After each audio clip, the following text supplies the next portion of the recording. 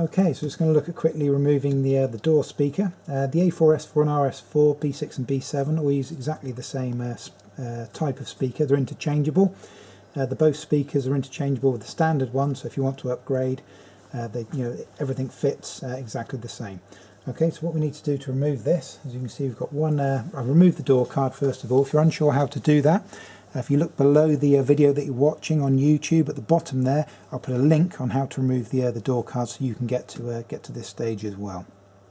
So first of all, what we need to do is just remove this cable. So you've got this little white bracket. It's got a little automotive tape holding it in place.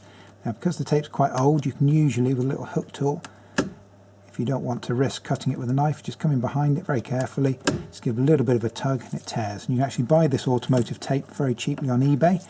Just type in car tape, automotive tapes, something of that nature. You'll find it. It's a generic, it's a fairly generic thing. There. Okay, so that's broken, like so.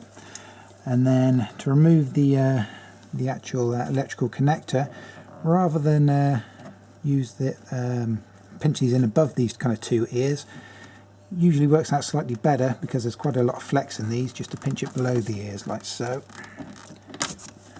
That gives you a bit more control.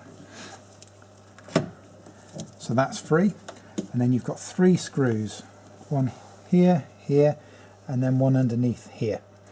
Now once you've removed those 3 screws, which I'll quickly do now, the size 27. You can use size 25 if your Torx set doesn't have a 27.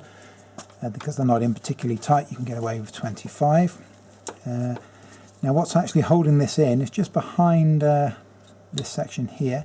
If it's still got it, there should be a little kind of a hook. So it's best to remove the top ones first, followed by the bottom one. And if the speaker's not broken, no, it's not, it's got a little hook. Fantastic. Now, what you need to do is just lift it up. It's like a pin with a little hook on the end of it. So you need to lift it up and then pull it back, like so.